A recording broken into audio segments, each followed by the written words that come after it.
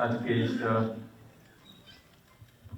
महत्वपूर्ण कार्यक्रम के समारोह के सम्माननीय अध्यक्ष न्यायमूर्ति श्री दिनेश त्रिवेदी जी, देश के मूर्धन्य पत्रकारों में जिनके नाम दर्ज हैं और पत्रकार संघ के अखिल भारतीय फेडरेशन जो है IFWJ, Indian federation of working journalist, उसके कई बार अध्यक्ष रह चुके हैं श्री विक्रम राव जी, राष्ट्रधर्म प्रकाशन से जुड़े सर्वेश्वर जी, पवन जी, पत्रिका के संपादक प्रोफेसर ओम प्रकाश पांडे जी, सभागार में उपस्थित सभी विद्वजन, समाज को समय समय पर मार्गदर्शन देने वाले सभी प्रमुख हस्तियां, बहनों और भाइयों, आज के इस कार्यक्रम के उद्देश्य और इसके महत्व और इसकी पृष्ठभूमि और आज इस पत्रिका के 75 वर्ष पूर्ण होने पर इस संस्था के हीरक जयंती के कार्यक्रम के इस सारे वातावरण में कई बातें अब तक हम यहाँ सुने हैं जो देश समाज के संदर्भ में निष्ठा से, समर्पण भाव से कार्य करने वाले सभी के लिए महत्वपूर्ण बातें हैं। सर्वप्रथम मैं राष्ट्रधर्म प्रकाशन, राष्ट्रधर्म पत्रिका से अभी तक जुड़े इस कार्य को यहाँ तक लेकर आने में अपने सब कुछ इस कार्य के लिए समर्पित किए, प्रारंभ से जिन्होंने किए हैं, उन सभी का स्मरण भी करता हूं जो इस दुनिया में आज नहीं है और जो अभी हैं, जिनके नामस्मरण से भी प्रेरणा लेकर वर्तमान टीम काम करती है। उन सबके मैं सारे समाज की ओर से कृतज्ञता समर्पित करता हूं, धन्यवाद कहना चाहता हूं और वर्तमान में राष्ट्रधर्म प्रकाशन को युगानुकूल परिवर्तन के साथ साथ इसको आगे बढ़ाने के लिए हर संभव प्रयास करते हुए, जैसे आपने देखा अभी वेबसाइट का लोकार्पण हुआ और राष्ट्रधर्म पहले जिस प्रकार से उस समय की क्षमता और सामर्थ्य और टेक्नोलॉजी के आधार पर जो छपता था और राष्ट्रधर्म भी बहुत टेक्नोलॉजी का उपयोग करते हुए बहुवर्णीय और विन्यास से भी आज के जमाने के हिसाब से कम नहीं है, ऐसे करते हुए अपने विचार को पकड़कर जिस अधिष्ठान पर चले हैं उसके साथ समझौता न करते हुए जो लोग अभी वर्तमान में चला रहे हैं उनका हार्दिक अभिनंदन। और जैसे अभी आपने बताया राष्ट्रधर्म के शताब्दी वर्ष पर हम सभी, आपने कहा इस सभागार में, इससे भी बड़े सभागार में, तो ऐसे शुभकामनाएं भी मैं देना चाहता हूँ। विक्रम राव जी ने जब पवन जी बता रहे थे शताब्दी वर्ष के बारे में, उन्होंने मुझे बताया क्रिकेट में सेंचुरी मारने के लिए कहते हैं, आप कह दो ऐसे। मैंने कहा सेंचुरी मारेंगे लेकिन छक्के और चौके मारने वाले ज़्यादा चाहिए, तो उसको भी आप करेंगे ऐसे मेरा विश्वास है। बंधुओं, राष्ट्रधर्म पत्रिका के प्रारंभ देश स्वाधीन होते हुए ही 15 दिन के अंदर यह कार्य प्रारंभ हुआ। 15 दिन के अंदर कोई निर्णय करके इतना बड़ा काम नहीं शुरू होता। उससे पहले कुछ राष्ट्र समर्पित समाज प्रेमी लोगों ने इस विषय के लिए जरूर चर्चा की होगी, बैठक की होगी, कौन क्या करेंगे इसे सोचा होगा। तो जिस व्यायामशाला में, जिस पाठशाला में तैयार हुए लोगों ने इस कार्य को हाथ लगाया, तो उन्होंने ये सारी तैयारी करके आगे बढ़े होंगे। एक ही तैयारी करते नहीं है, वो धन और आर्थिक है, वो कैसे आएगा इसकी तैयारी नहीं करते, कूदते हैं, बाद में देखा जाएगा, ऐसे होता है। वो आज भी वैसे ही चलता है। तो उन्होंने स्वाधीनता प्राप्त होते ही रक्षाबंधन के सुमुहूर्त पर देश राष्ट्र के प्रबोधन करने का यह एक महत्वपूर्ण कार्य का श्री गणेश हुआ। अब स्वाधीनता के अमृत वर्ष अभी अभी हमने मनाया। जैसे पूज्य सरसंघचालक मोहन राव भागवत जी ने अपने संदेश में कहा है, आने वाले अमृत काल में राष्ट्र धर्म के यह कार्य और भी सुदृढ़ होकर, प्रभावी होकर आगे बढ़े, यह शुभकामनाएं उनकी हैं। उनकी शुभकामनाएं के साथ हम सबके आवाज तो है ही। राष्ट्र धर्म जो उसके परिचय, तो जैसे पहले दिन ही परिचय की जो कविता श्रद्धेय अटल जी ने पहले अंक में ही छाप दिए। तो परिचय क्या है? हिंदू तन मन हिंदू जीवन प्रगर मेरा हिंदू परि, यही परिचय है। तो इसी को राष्ट्र धर्म माना है, इसलिए पत्रिका का नाम राष्ट्र धर्म है, प्रकाशन संस्था का नाम राष्ट्र धर्म है। लेकिन इस राष्ट्र धर्म के जो लोगो हैं, आपने देखा होगा, वहां नीचे लिखा है, उद्देश्य तो कृण्वन्तो विश्वमार्यम है। क्योंकि भारत के जो व्यक्ति है वो छोटे मोटे सपने नहीं देखता है, सारे मानवता के, सारे सृष्टि के, सारे विश्व के कल्याण की बातें वो करते हैं। छोटा बालक घर पे महाराष्ट्र के एक गांव में बैठा हुआ था, तो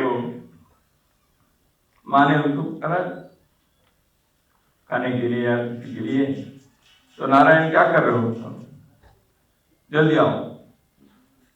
तो छोटा बालक नारायण ने कहा, विचार कर दो, चिंता कर दो विश्वाची, यानी विश्व की मैं चिंता कर रहा हूं। छोटा बालक नारायण कहता है, मैं विश्व की चिंता कर रहा हूं। वही नारायण आगे जाकर समर्थ रामदास बने। तो भारत के मिट्टी के ये स्वभाव है, ये तद्देश प्रसूत से सकाशात अग्रजन्मना संसम चरित्रं शिक्षेरं पृथिव्या सर्वमानवा। हम सारे विश्व को चरित्र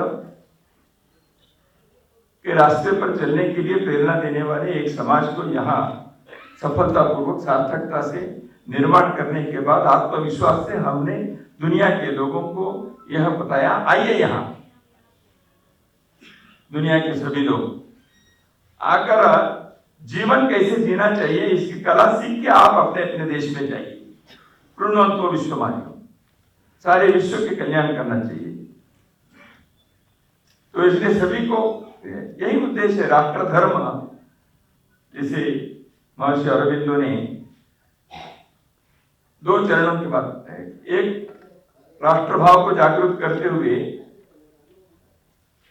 उसके चेतना के स्तर को ऊपर उठाकर समग्र राष्ट्र को विश्व की चेतना को ऊपर करने के लिए उसके उन्होंने अति मानवता के स्तर पर भी जाने के लिए इस देश के लोग अपनी साधना करनी चाहिए।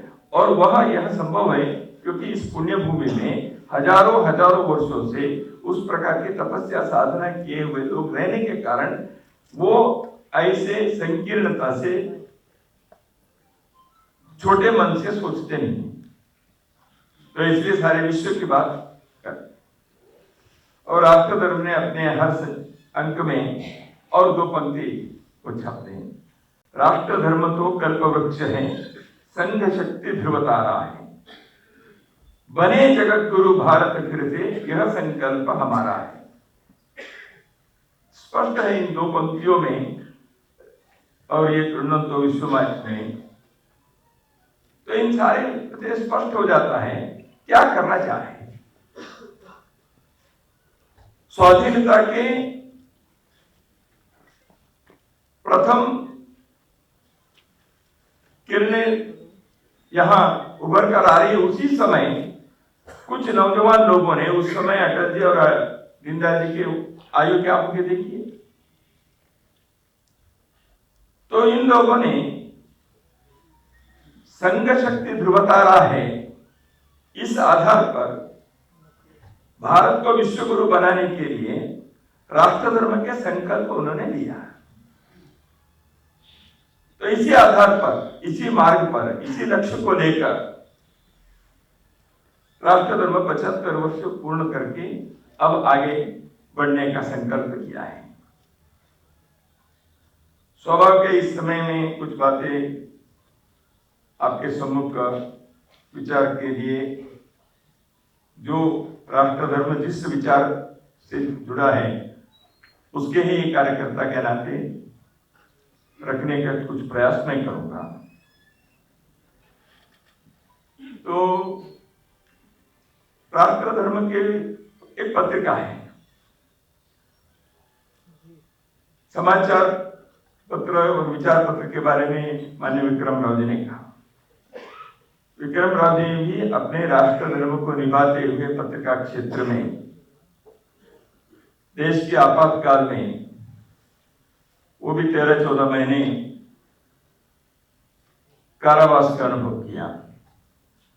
बड़ौदा डायनामाइट केस के जो भी प्रकरण है, मैं एमए का विद्यार्थी था बेंगलुरु में। पट्टाभिराम रेड्डी और स्नेहलता रेड्डी जेल में महिलाओं के बारात में थी। माननीय अडवाणी जी, देवेगौड़ा जी, जयेश पटेल जी, ये सारे लोग एक बारात में रहते थे, एक क्लास में। कि जनप्रतिनिधि होने के कारण उनको सुविधा तो मैं नहीं कहूँगा, अलग रहने के लिए सुविधा क्या थी जेल में उनको मालूम है। और हम लोग भी क्लास में थे। तो विक्रम राव जी के परम मित्र वेंकटराम जी और मैं, हम सब साथ में रहे। वेंकटराम जी उस समय जॉर्ज फर्नांडिस थे और जॉर्ज फर्नांडिस के छोटे भाई लॉरेंस फर्नांडिस को लेके आए थे, लेकिन अपने एमएलसी थे,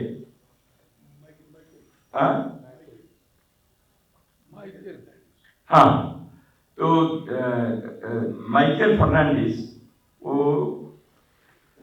लेबर में, वो गृहस्थी नहीं रहे। तो मैं उनको कहता था आप सोशलिस्ट पार्टी में प्रचारक हैं, तो हम सब जेल में रहे।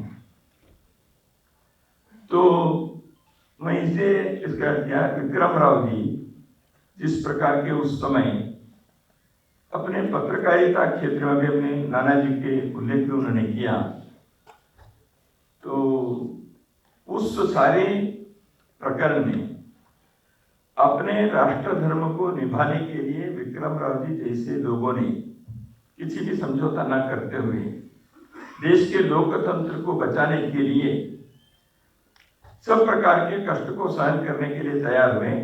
आज हिंदुस्तान में लोकतंत्र मजबूत होकर आगे बढ़ रहा है।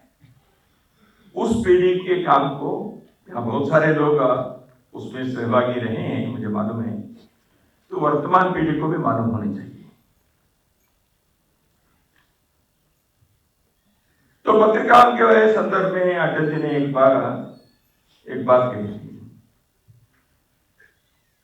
तो जो दैनिक पत्रिका है वो समाचार के लिए, डेली इसका समाचार, जो साप्ताहिक पत्रिका है वीकली, वो प्रचार के लिए, कैंपेन, और जो मासिक पत्रिका है वो विचार के लिए, दैनिक समाचार के लिए, साप्ताहिक प्रचार के लिए और मासिक विचार के लिए। तो राष्ट्र धर्म तो एक वैचारिक अधिष्ठान को लेकर अभी तक अपनी यात्रा की है, ये सब स्पष्ट है, बार बार इसका उल्लेख हुआ है। तो राष्ट्र धर्म कहा गया है, धर्म के बारे में अभी माननीय न्यायाधीश ने, न्यायमूर्ति ने उल्लेख भी किया। धर्म शाश्वत हो या युग धर्म हो, दो प्रकार के धर्म है, कुछ शाश्वत धर्म है, युग धर्म है, और तीसरा है कि व्यक्ति धर्म है, एक पुत्र के नाते, पति के नाते, राजा के नाते, सेवक के नाते, किसी प्रकार के हर व्यक्ति के अपने अपने कार्य के अनुरूप एक धर्म के मार्ग पर चलना पड़ता है, कर्तव्य है। इसलिए राज्य धर्म है, इसलिए व्यक्ति के हर प्रकार के अपने कार्य करते समय जिस रास्ते पर चलने से समाज हित होता है उसी को धर्म कहा गया है। ये केवल व्यक्ति के अपने स्वभाव, अपनी इच्छा, अपने लालसा के कारण नहीं है। आप इस धर्म को पालन करना है क्योंकि समष्टि हित के लिए, तो लोक हित के लिए करना है। ये राष्ट्र धर्म में अपने प्रकाशन के संस्था जो पुस्तकों के है उसका नाम लोक हित रखा है। तो धर्म में शाश्वत धर्म और युग धर्म दोनों हैं। शाश्वत धर्म हो, युग धर्म हो, व्यक्ति धर्म,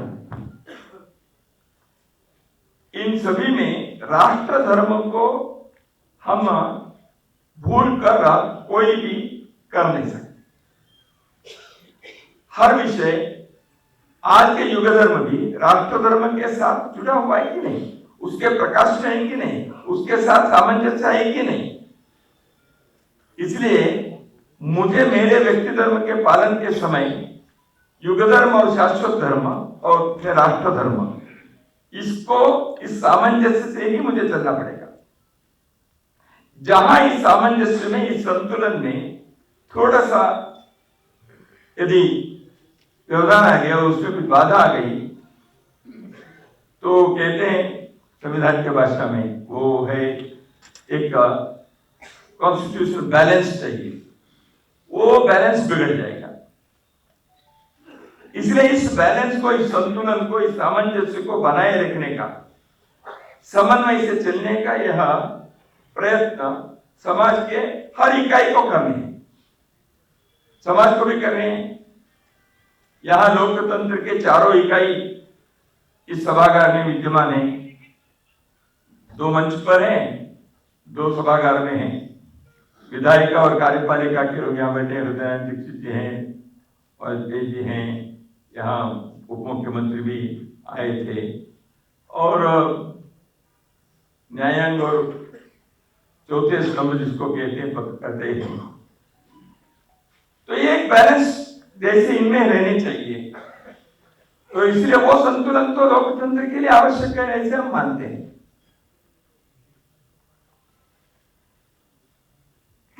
राष्ट्र के हित होना है, समाज के कल्याण होने चाहिए, देश की उन्नति और प्रगति होनी चाहिए। तो इनके साथ साथ इस लोकतंत्र के चार स्तंभों के जो संतुलन होना चाहिए, ऐसे व्यक्ति धर्म, युग धर्म, शाश्वत धर्म, उसके बैलेंस करने के लिए राष्ट्र धर्म के एक तत्व को ध्यान में रखकर ही करना पड़ेगा। यदि राष्ट्र धर्म के साथ समझौता होकर उसके नजरअंदाज करके उसके विरुद्ध में कोई भी चलता है, वह सामंजस्य को बिगाड़ देता है और उसके कारण हर प्रकार की हानि होती है। इस राष्ट्र धर्म के इस तत्व को बनाए रखना, इसके लिए एक वैचारिक स्पष्टता और वैचारिक शुद्धता चाहिए। राष्ट्र क्या है, राष्ट्र हित किसमें है, इसमें कई प्रकार के कंफ्यूजन्स अंग्रेजों के जमाने से जानबूझकर उसको डालने के, सृष्टि करने के, निर्माण करने के प्रयत्न जो हुआ, वह दुर्भाग्य से पिछले 75 वर्षों में स्वाधीन भारत में वो कंटिन्यू हो गया। अंग्रेजों ने प्रयत्न किया भारत के बारे में, उन्होंने सब कॉन्टिनेंट कहा, आर्य और द्राविड़, इस मिथक को उन्होंने जानबूझकर भारत के अंदर स्थापित करने के प्रयत्न किया। उसमें वो सफल हो गए और पीढ़ियों तक हम आर्य और द्राविड़ के इस चीजों को बताते रहे। आज भी विद्यार्थी जो पढ़ते हैं वो बाहर आते हैं तो वो भी नई शिक्षा नीति में पाठ्यक्रम में जो सुधार होकर होगा देखते हैं। लेकिन इसी को जानबूझकर भारत एक राष्ट्र नहीं है, बहुराष्ट्रीय राज्य है, it is a multinational state. Bharat एक राष्ट्र है, एक संस्कृति है, एक जन है। तो इस जन में विविधता है। विविधता जो है वो परस्पर द्वेष नहीं है। डिफरेंस जो है वह सेपरेशन नहीं है, अपोजिशन नहीं है। विविधता यहाँ के सौंदर्य है, यहाँ की सुंदरता है। विविधता के साथ रहने के प्रयत्न भारतवर्ष ने युगों युगों से किया है।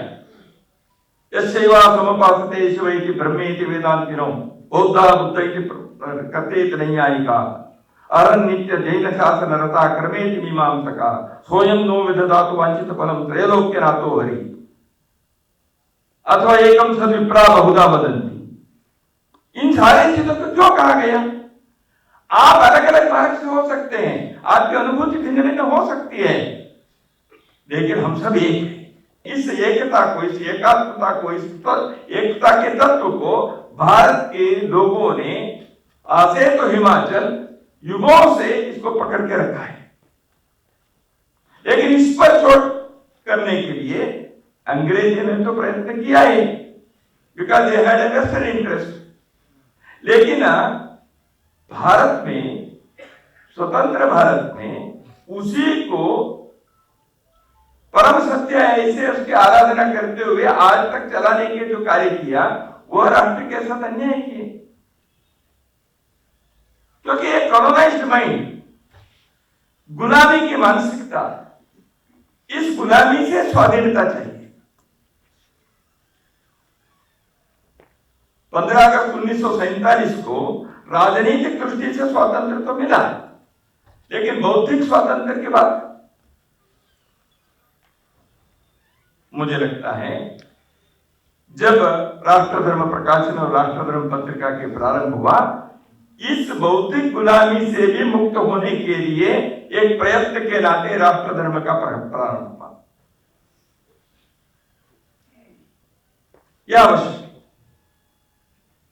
और हम आज देखते हैं भाषा के विरोधी नहीं है। अब अंग्रेजी के गुलाम क्यों बनना? मैं इंग्लिश साहित्य का विद्यार्थी हूं, मैं कन्नड़ भाषी हूं, आप तेलुगु भाषी हैं, हम दोनों हिंदी बोल रहे हैं। भारत की भाषा को सीखने के लिए घर घर में क्यों प्रयत्न नहीं हो सकता? संघ ने हिंदुस्तान के हर भाषा के गीत को संघ के शिक्षा वर्ग में संघ के कार्यकर्ताओं को सिखाने का प्रयत्न करता है। अभी मैं नागपुर से आया, वहां तृतीय वर्ष का वर्ग चल रहा है, वहां एक गीत हिंदी में है और एक गीत तेलुगु में है। आए हुए 650 शिक्षार्थी हिंदुस्तान के हर राज्य से आए हैं, वो सभी लोग तेलुगु गीत सीख कर जाएंगे, उसके अर्थ भी बता रहे हैं। भाषा के बारे में विक्रम कह रहे थे, ये प्रयत्न कर रहे हैं। संघ शक्ति ध्रुव तारा है, ऐसे पुख्ता विचार नहीं है, ये आधार है हमारा। तो भारत के हर भाषा को राष्ट्रीय भाषा कहा पूजनीय गुरु जी ने। हाँ, हो सकता है कोई एक संपर्क भाषा हो सकती है, कर रही, लेकिन भारत के हर भाषा राष्ट्रीय भाषा है। तो भाषा के बारे में, लेकिन यहां गुलामी क्यों है?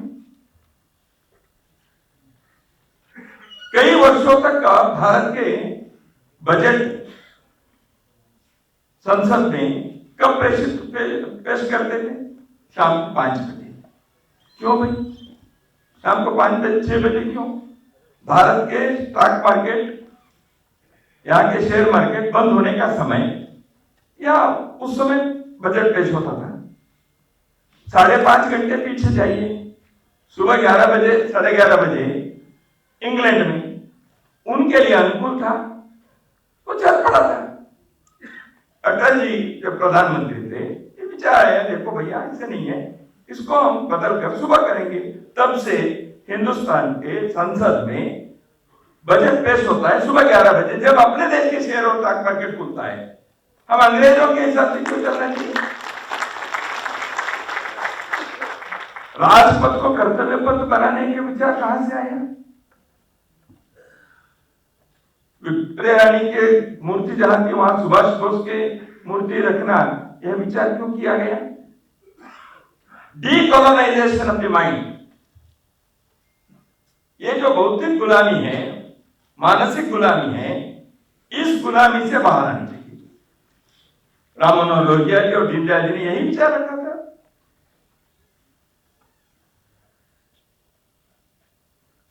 भारत के व्यवस्थाओं में भी, जैसे अभी शिक्षा नीति की चर्चा चल रही है, नई शिक्षा नीति आई है, उसका क्रियान्वयन की जो भी योजना बन रही है। आप देखिए, अब भारत के कई व्यवस्थाओं के संदर्भ में अपने को सोचना पड़ेगा। उदाहरण के लिए, न्यायमूर्ति आज मंच पर हैं, अपने देश की न्यायपालिका, ये क्या भारत के लिए अनुकूल है?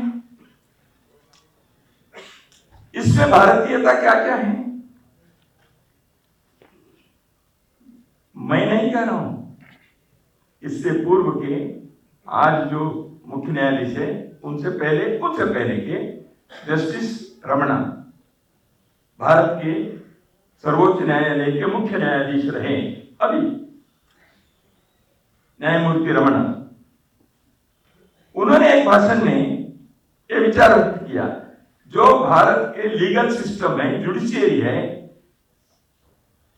यह भारत के मिट्टी के अनुकूल नहीं है, भारत के वायुमंडल के अनुकूल नहीं है, यह बदलना चाहिए।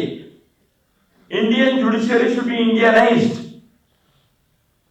ये भारत के मुख्य न्यायाधीश कह रहे हैं, जो जीवन भर उस न्यायपालिका के व्यवस्था को नजदीक से देखा है, अनुभव किया है, उसको चलाया है।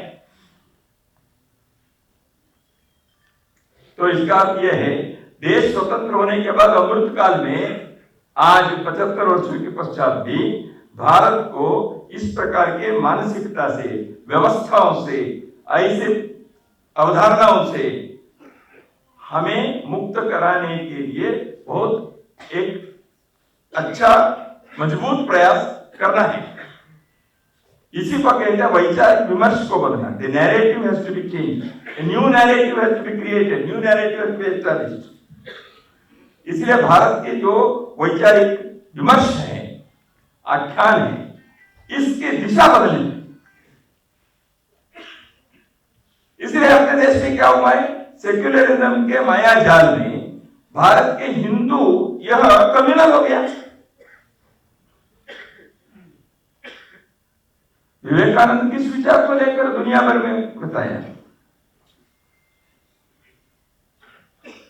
वापिस आने के बाद 1897 में लाहौर में स्वामी जी ने जो भाषण दिया, आर्य समाज, सिख पंथ के लोग, तथाकथित सनातनी, इन सबको बताया, आप सभी एक मंच पर आएंगे, मैं वहां विचार करूंगा। और वहां उन्होंने हिंदू धर्म का आधार, उनके जो प्रसिद्ध भाषण है लाहौर के, उस भाषण को किया। जब उन तीनों को बताया एक साथ मंच पर रहेंगे क्योंकि आप सब हिंदू हैं, यह स्वामी जी ने किया है। अब कम्युनल हो गए। तो इसलिए भारत के वैचारिक अधिष्ठान को, भारत के वैचारिक दिशा को समझकर आज कई प्रकार के इस मानसिक गुलामी के जो प्रवृत्तियां हैं, उसको निराकरण करते हुए उससे स्वतंत्र पाने के लिए प्रयत्न करना आवश्यक है। तो इसलिए decolonisation and setting the new narrative, यह आवश्यक हो गया। भारत हर क्षेत्र में तरक्की कर कर रहे हैं, विज्ञान में, तंत्रज्ञान में, अर्थ क्षेत्र में, स्वास्थ्य क्षेत्र में, वो तो करना ही है। युग के जमाने के हिसाब से जिस जिस दिशा में अपने को करना है, देश हित, राष्ट्र हित, समष्टि हित, सृष्टि हित को ध्यान में रखकर उन बातों में आगे बढ़ने के प्रयत्न सरकार को, समाज को निरंतर करते रहना चाहिए। लेकिन भारत किस आधार पर खड़े हैं? भारत बनेगा कब? तो इसलिए भारत के जो आत्मा है, भारत के जो मूल अधिष्ठान के तत्व है, उसको पकड़कर रहना पड़ेगा। हम दुनिया के किसी के विरोधी नहीं है। भारत ने कभी दुनिया के किसी के ऊपर दमन नहीं चलाया।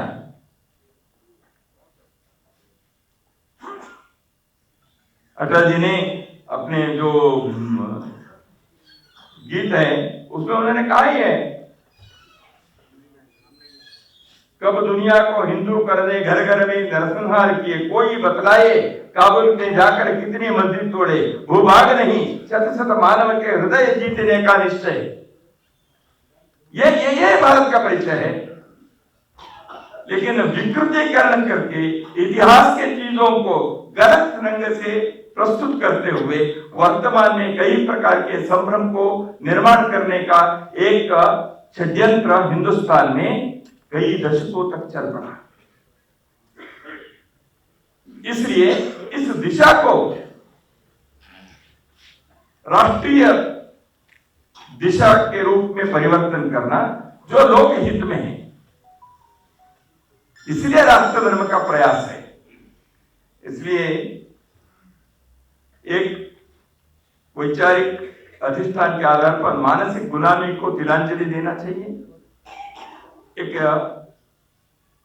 भारत के जो भारतीय मार्ग हैं, यहाँ के जो राष्ट्रीय विचार के पथ हैं, उसमें आवश्यक जो है उसको युगानुकूल परिवर्तन करेंगे। दीनदयाल जी ने कहा ही था, हम स्वदेशी को युगानुकूल रूप में प्रस्तुत करें। हम पुराणपंथी होकर, यथास्थितिवादी होकर, स्टेटस को होकर रहने की कोई जरूरत नहीं है। वो भारत के धर्म नहीं है। भारत ने हर युग धर्म को समझकर, अपने शाश्वत अधिष्ठान को समझकर उन दोनों के संतुलन रखने का प्रयत्न करते आए हैं। इसी में राष्ट्रहित भी है, सारे मानव कुल के हित भी है। यही करना पड़ेगा। इसलिए जो राष्ट्र धर्म के प्रयत्न हैं, तो यह राष्ट्राय स्वः इदं राष्ट्राय इदं न मम, इस विचार को लेकर चला है। श्रेष्ठ पत्रकार माखनलाल चतुर्वेदी जी ने एक जगह पर जो उनके कहना है कि अमर राष्ट्र, उदंड राष्ट्र, उन्मुक्त राष्ट्र यह मेरी बोली, यह सुधार समझौतों वाली मुझको भाती नहीं टिटोली।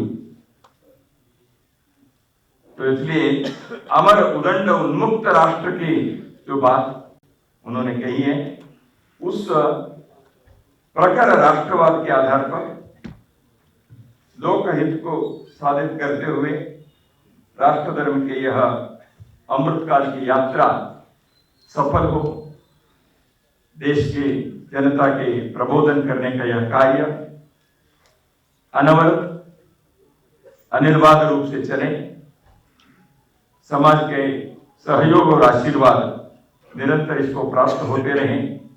राष्ट्र धर्म के इस कार्य में लगे हुए लोगों को एक सार्थकता की अनुभूति हो, आत्मसंतुष्टि हो, समाज के लिए जन प्रबोधन का यह प्रयास एक श्रेष्ठ उदाहरण के रूप में हमेशा आगे बढ़ते रहे। इन्हीं कामनाओं के साथ मैं मेरे वाणी को विराम देता हूँ। सभी को